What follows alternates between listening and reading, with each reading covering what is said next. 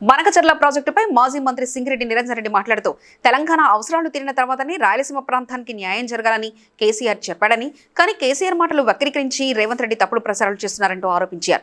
చంద్రబాబు నీళ్లు తరలిస్తుంటే అది వదిలేసి కేసీఆర్ దావత్ ఇచ్చిండు అని పిచ్చి పిచ్చిగా మాట్లాడుతున్నారన్నారు.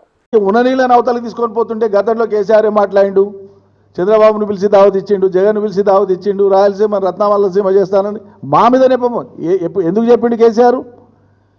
చెప్పిండు, ఇవాళ చెప్తాడు, రేపు కూడా చెప్తాడు బరాబర్కి. ఎందుకు చెప్తాడు, ఏం చెప్తాడు కేసీఆర్?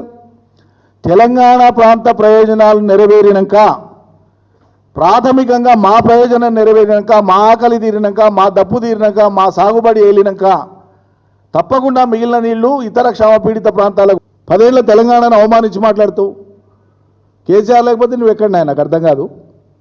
ఇది తమాషాగా ఉంది. తెలంగాణనే లేకపోతే నువ్వు తెలంగాణ ముఖ్యమంత్రి ఎట్లయితావు? తెల్లారితే పొద్దుముక్తే కేసీఆర్ని తిట్టడమేనా పనికి మాలిన భాషతోనా? అది కూడా వయస్సు, అనుభవం, దక్షత ఇవేవి పరిగణలోకి రావు. అంత హేళన చేసి అంత కడుపులో తీవ్రమైన విషయం